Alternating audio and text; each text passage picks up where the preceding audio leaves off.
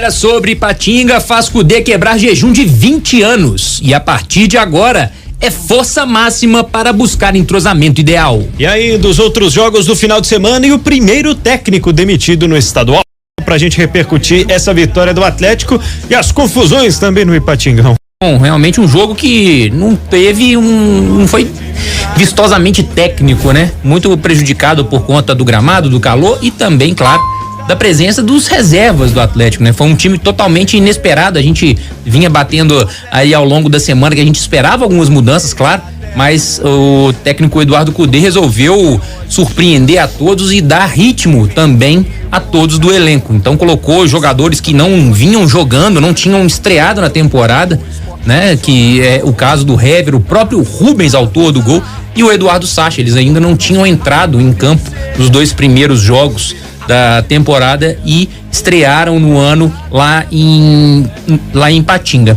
O Rubens, né, foi um jogador que a gente destacou, apesar de não ter feito uma brilhante partida, tendo muitos erros, principalmente no primeiro tempo, a gente coroou ele como o melhor em campo, Léo, mas por conta do gol. Ele fez o que nenhum tinha conseguido fazer até o momento, né? O Atlético teve chances, Ademir, com o Johan, né? O próprio Vargas, mas foi o Rubens que apareceu como elemento surpresa, tentou a primeira vez, não deu, e tentou a segunda vez, colocou a bola ali no fundo do barbante aos 42 minutos, terceiro jogo que o Atlético vence no segundo tempo ali no apagar das luzes, né? O primeiro contra a Caldense, o gol da vitória tinha sido aos 26 minutos do segundo tempo, mas nos dois últimos a partir dos 42 minutos, né? 42 minutos contra o Tombense em Muriaé e também 42 minutos contra o Ipatinga neste final de semana. O Cudê, ele, depois do jogo, ele disse que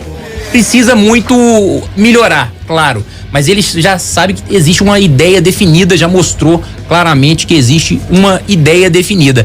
E ele explicou também a importância, né, de ter rodado o elenco nessa partida. Hemos completado una tercera rodada ya con toda a gente que ha participado, ¿no? Que para mí era importante.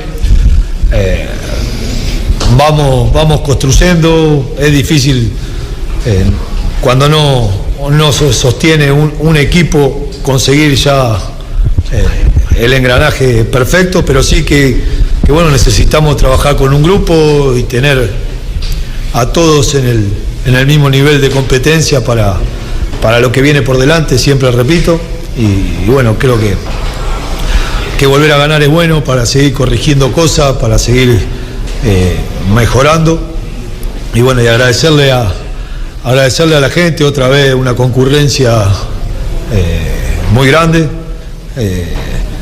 y bueno, pudimos regalarle otro triunfo. Seguramente vamos a seguir trabajando, vamos a seguir mejorando, pero bueno, para mí también era importante que todos tuvieran participación, ¿no? E o torcedor do Vale do Aço não teve a presença de Hulk, né? Não jogou, foi uma grande ausência, uma principal ausência, né? E o Cudê explicou muito bem por que não levou o Hulk pro jogo. Fue una decisión mía, porque vuelvo a decir, tenemos que intentar que todos participaran, teníamos que intentar que todos participaran, y bueno, la verdad que él, como viene mostrando, lo viene haciendo en gran forma en un inicio del estadual, y hoy le tocó descansar. Tenemos otro juego en cuarta, tenemos otro juego en segunda, así que nada, tenemos que saber, también tenemos que saber jugar sin Hulk ante cualquier circunstancia. Lamento realmente por la gente que obviamente quiere ver a un ídolo, a un jugador diferente, pero bueno, está muy bien, si quieren saber, pero lo vamos cuidando um pouco. E foi isso. Diante do Ipatinga, o Atlético utilizou um time reserva e a gente viu uma diferença, né, Pedro? Quando entraram os jogadores considerados titulares, né, os reforços aí pra temporada, jogadores que estão sendo badalados aí como possíveis titulares ao longo de 2023. No segundo tempo, entraram tanto o Edenilson quanto o próprio Pavon, o Pedrinho, que deu o passe pro gol, ou seja... O Paulinho, né? E o Paulinho também, tava até esquecendo do principal, né, reforço do Atlético para a temporada, mas a diferença, né, que dá, a gente viu ali que até o futebol do Vargas melhorou quando eles entraram, ou seja, qualidade técnica é muito diferente ali entre o time titular e o time reserva, né? Até o Caleb entrou bem. Assim, ajudou a melhorar, né, o jogo do meio pra frente. Não tem dúvida, como você falou, foi um jogo bem travado, né? Não foi um jogo muito técnico. O Galo teve muitas dificuldades, né, para poder criar, principalmente avançar a linha, né? Acho que o Ipatinga, num primeiro instante, a ideia talvez fosse marcar a saída de bola do Galo. Depois eles entenderam que isso era uma péssima ideia, né? E aí o Ipatinga foi só sendo trazido para o seu campo. O Galo teve essa dificuldade natural, mas ainda assim criou as principais oportunidades. O ponto positivo é essa rodagem e, claro, a entrada dos jogadores que são considerados titulares. Deu para sentir uma diferença muito grande quando eles entraram em campo. O ponto negativo, o Ademir segue perdendo algumas oportunidades claras de gol e ainda não conseguiu se justificar, né? Saiu vaiado do Ipatingão, não que justifique, né? Mas eu acho que ele ainda tem que mostrar nesse Campeonato Mineiro a que veio. Afinal de contas, o Galo vai ter muita coisa importante pela frente, né? E não dá para ficar esperando. E o Cudê falou exatamente, não especificamente do Ademir, né? Porque ele diz que não fazem avaliação individual. Sempre quando pergunta de determinado jogador, determinada atuação, ele já falou lá no primeiro jogo que não faz avaliação individual. Mas ele diz que vamos melhorar, né? Quando questionado a respeito das vaias pro Ademir. Ele falou, todo mundo do grupo vai melhorar. Então ele tem essa consciência, mas também deixou claro que o time, e a gente pôde ver também que por mais que seja um time reserva, a ideia de jogo já está definida. Os laterais subindo bastante, aparecendo como elemento surpresa, fazendo o corredor, meias vindo por dentro. E o que mais me chamou a atenção foi o famoso perde-pressiona, né? O Atlético perdia a bola no campo de ataque e ele ali se matava de qualquer jeito para recuperar essa bola já no campo de ataque. Então, o torcedor atleticano pode esperar essa intensidade, esse perde-pressiona, tanto do time reserva quanto do time titular. E por falar em time reserva, Léo, a gente falou aqui na manchete que a partir de agora é força máxima. A partir de agora é força máxima. A gente conversando ali com o pessoal do Atlético, e esses 3 jogos já estavam na programação que ele iria tentar utilizar ao máximo, né, o maior número de atletas para dar ritmo para todo mundo. Mas a partir de agora são jogos que ele vai tentar dar o entrosamento ideal, já colocar o time que ele tem na cabeça, né, já contra a equipe do Democrata na próxima quarta-feira. Tem o clássico contra o Cruzeiro, que é um jogo que, né, por si só, né, já chama a atenção e tem a sua importância, por mais que seja a derrota traz uma pressão gigante. Exatamente, por isso que ele quer já utilizar esse jogo contra o Democrata para dar mais entrosamento, para se preparar para o clássico, e o clássico, obviamente, para se preparar para a estreia na Libertadores no próximo dia 22. O Atlético tem um jogo antes, no meio, né, no sábado de Carnaval, vai enfrentar o Patrocinense, e esse jogo o Atlético vai colocar praticamente o mesmo time que enfrentou o Ipatinga, um time reserva, por conta da logística da viagem para Venezuela, e claro, é o jogo mais importante nesse primeiro semestre, esse jogo contra o Carabobo, né? Porque é a pré-Libertadores que, se o Atlético não entrar, realmente compromete todo o calendário do clube. Falando sobre os problemas, né, Pedro? Problemas que tivemos lá no Ipatingão, muita gente ali reclamou não só o calor é inerente, né, para os dois lados, e é uma condição climática, mas a questão dos locais, né, que o pessoal do Ipatingão abriu e acomodou a torcida do Atlético, né, um espaço para 10 mil pessoas, colocaram praticamente 15 mil ali dentro, e além dos portões, né, portões diferentes para as duas torcidas, uma torcida com um número muito maior do que a outra, né, então tiveram muitos problemas. Teve cordão, acho que de isolamento, né, aquele trecho de isolamento, por isso a gente espremeu um pouco a torcida do ainda Atlético, mais, né? Exatamente, e o prefeito, né, Gustavo Nunes, ele falou com a gente a respeito disso, sobre esses incidentes no Ipatingão, e ele divide, né, a responsabilidade com o Ipatinga, ele dividiu a responsabilidade tanto com o clube, né, não só da cidade, mas com o clube e com a federação também. Então é preciso esclarecer também que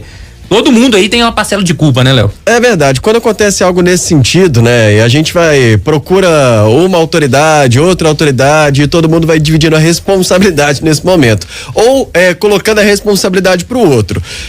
O que eu imagino, o que eu sei, é que a responsabilidade maior é do Ipatinga, o clube, porque ele que é o mandante e a organização do jogo, cabe a responsabilidade dele. Verdade. Tanto é que o borderô do jogo ali vai ficar para ele no final.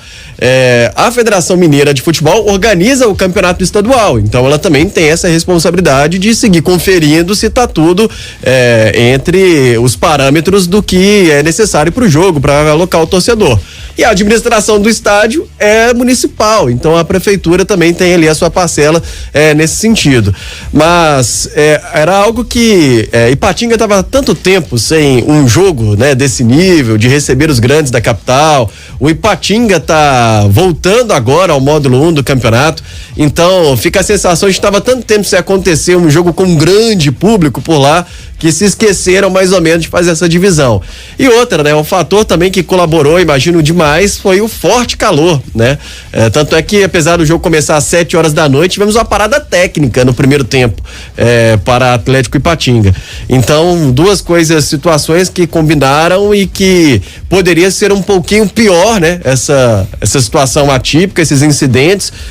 Felizmente, a gente não tem notícia de nenhuma situação muito grave. Foi algo muito momentâneo mesmo, um torcedor que se sente mal, passa mal, e por isso, então, pelo menos o Ipatinga não precisou dar um maior esclarecimento. E tiveram algumas denúncias, né, de torcedores distribuindo ingressos ali fora, né, para outros torcedores, ou seja, pode ter tido uma capacidade reduzida do estádio com um número maior de ingressos, né, colocados ali à venda, mas enfim, a gente espera que os próximos jogos do Ipatinga, esse foi mais ou menos um teste, né, para a temporada. Claro, a gente entende que era muito tempo, né, muitos anos sem receber um jogo dessa importância, desse tamanho, mas que se prepare agora, né, para os próximos partidos, para não haver isso que aconteceu aí no último sábado. E só para falar sobre o calor, Léo, a gente estava fazendo o jogo, né, teve a parada técnica, o torcedor saindo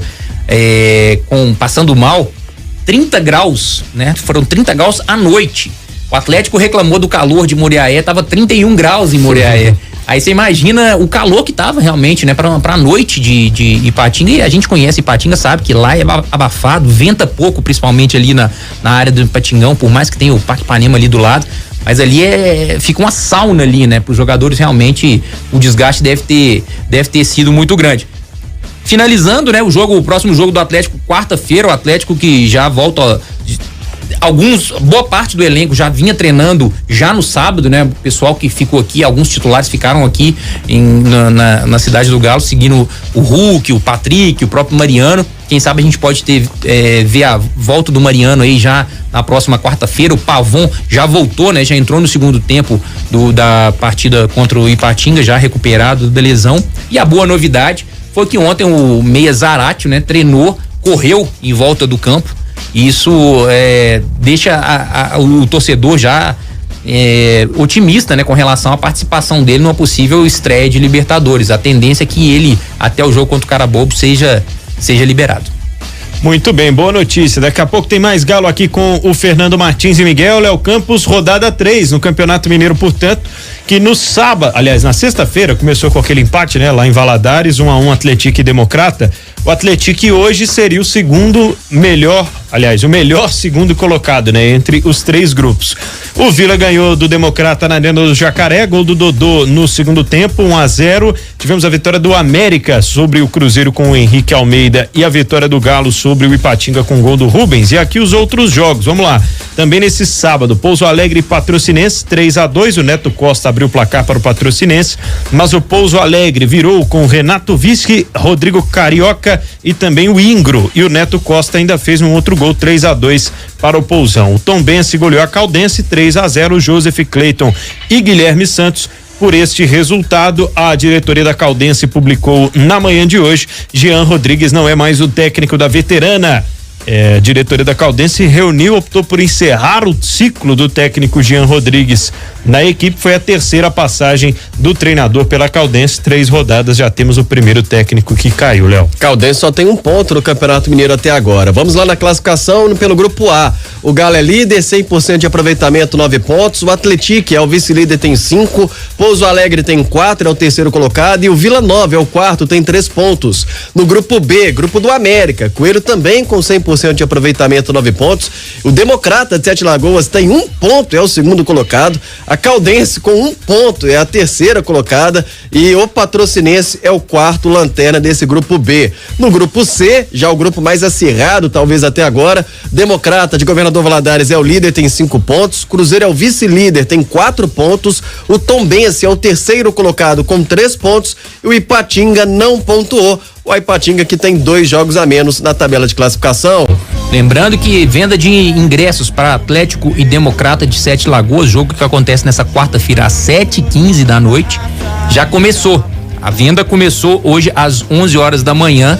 O ingresso mais caro seria R$158 para não sócio, inteira numa área VIP da Pitangui, mas tem ingressos de todos os setores e setores populares também já estão sendo comercializados. No dia do jogo o torcedor também pode comprar lá na Arena Independência, na Rua Pitangui, na bilheteria 3.